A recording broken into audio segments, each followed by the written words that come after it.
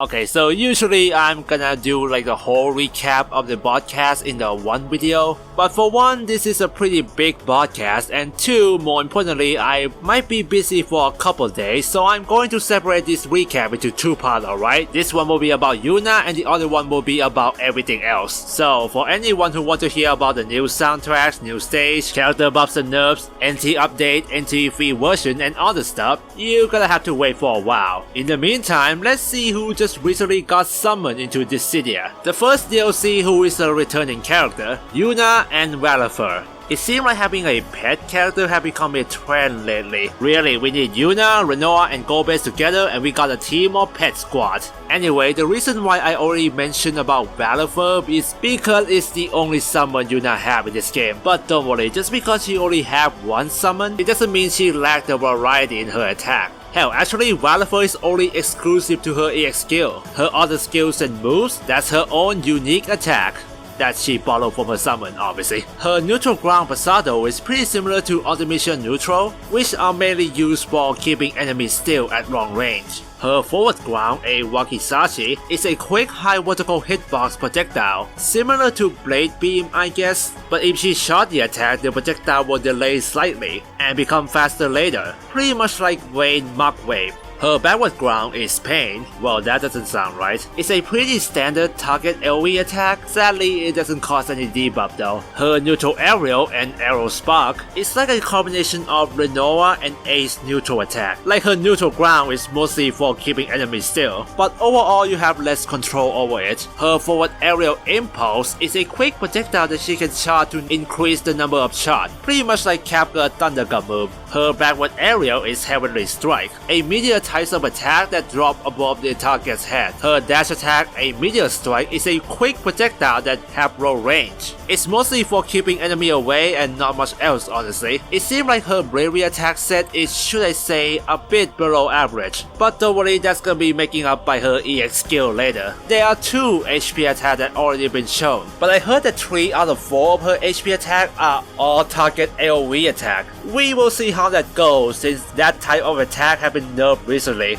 Anyway, her first HP attack is Holy. It has low horizontal area but high vertical range. It also lasts for a while, kinda similar to X-Dead Maelstrom. The second one that I don't know the name yet, have a small area but it seems like it deals bravery damage too. I can't really think of an example for this though. I guess Emperor Daily Stealth is similar but I don't know. Anyway, her other 2 HP attacks still remain mystery. But let's talk about the most exciting part about Yuna's here. Her EX skill, Valafur. Similar to Kane, Noctis, and Caramel Nuts, her EX skill cooldown can stack up to 5 uses. But unlike those 3 characters I mentioned, who either use one skill from one stack at a time, or spend the entire stack for one different skill depending on how much stack he have, Yuna have 5 different EX skills that she can choose depending on situation and input, and each of them use a different amount of stack. Using EX skill by pressing triangle on the ground will summon Valafur to use Energy Ray, a long-range wave AoE that deal pretty high damage. If she uses this skill in mid-air however, Valafur will use Energy Blast instead, a multiple projectile that also have pretty high damage. Both of these skills will also give Yuna a special kind of buff, but I still don't know the actual effect of this buff right now. Also, both of these skills cost 2 stack from EX skill. If Yuna uses this skill while attacking, she will cancel to Valafur's Sonic Wing,